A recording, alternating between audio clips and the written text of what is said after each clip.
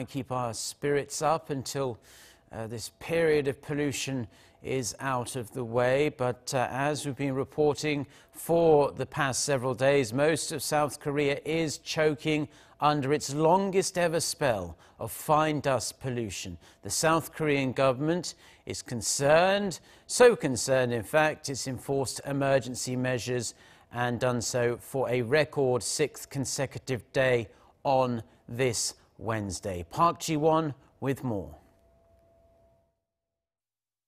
The South Korean government has decided to maintain its emergency fine dust reduction measures on Wednesday for the 6th consecutive day.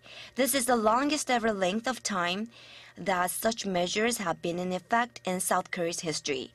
With the nation's air quality at worst ever levels, hundreds of petitions have been submitted to the bulletin board on the website of the President's Office of Cheongwade.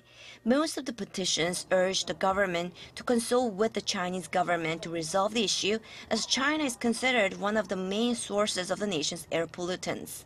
Petitions also called for the government to provide financial subsidies for the purchase of air purifiers and other necessary products to deal with the poor air. Against this backdrop, the South Korean government held an emergency vice ministerial level meeting to address the matter on Tuesday.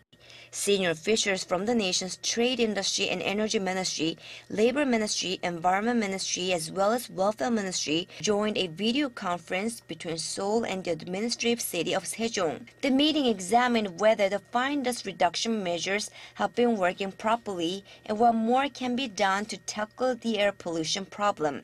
The participants vowed the government will consider every option at its disposal to resolve the matter. Meanwhile, the nation's Environment Minister Jo Myung-rae also said Tuesday during a meeting with reporters the ministry is considering imposing stronger vehicle restrictions to improve air conditions. Under the measures, vehicles with odd number license plates will not be allowed on the roads on even numbered dates and vice versa. Jo added that China and South Korea have recently agreed to exchange fine dust data and to derive possible solutions based on scientific studies. The Environment Minister said Beijing has acknowledged that fine dust from China is partially responsible for the air pollution in South Korea.